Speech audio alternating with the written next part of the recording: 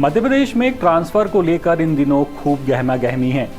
Transfer की राह देख रहे कर्मचारी इसी आस में हैं कि उनका नाम लिस्ट में आ जाए।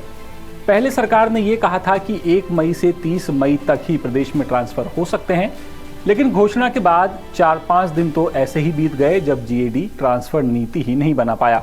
ऐसे में मध्य प्रदेश जनसंपर्क ने एक पोस्ट किया और बताया कि मध्य प्रदेश में अब ट्रांसफर 10 जून तक किए जा सकते हैं और इसकी लगभग सहमति मोहन कैबिनेट की 27 मई को ही कैबिनेट बैठक में बन गई। ऐसा करना इसलिए भी जरूरी लग रहा था क्योंकि प्रदेश के कई विभाग अभी ऐसे हैं जो ये ही तय नहीं कर पाए कि आखिर ट्रांसफर कैसे किया जाए। और यही वजह है कि मीटिंग में भी कई मंत्रियों ने इस मुद्दे को उठाया भी था कि ट्रांसफर की तारीख आगे बढ़ाई जाए। दूसरी तरफ अब कई ऐसे अधिकारी और कर्मचारी हैं जो ट्रांसफर के विरोध में कोर्ट जा सकते हैं।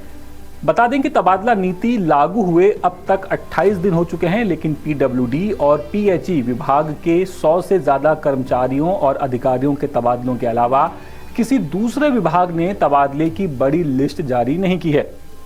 स्कूल शिक्षा, उच्च शिक्षा, नगरीय विकास और आवास, राजस्व, गृह, लोक स्वास्थ्य और चिकित्सा शिक्षा, पंचायत और ग्रामीण विकास, जनजाति कार्य, ऊर्जा और जल संसाधन ऐसे विभाग में शामिल हैं जहां ट्रांसफर किए जाने वाले कर्मचारियों अधिकारियों का प्रतिशत ज़्यादा रह सकता है।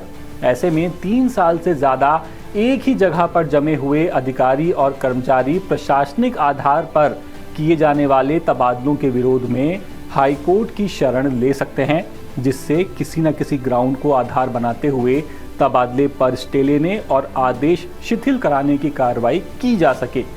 जबकि दूसरी तरफ अभी सीएम डॉक्टर मोहन यादव ने ट्रांसफर की तारीख आगे बढ़ाने पर कोई आधिकारिक बयान नहीं दिया है, लेकिन जनसंपर्क का जो पोस्ट सामने आया है उसे देखकर लग रहा है कि सरकार मन बना चुकी है कि अब ट्रांसफर 10 जून तक किए जा सकते हैं।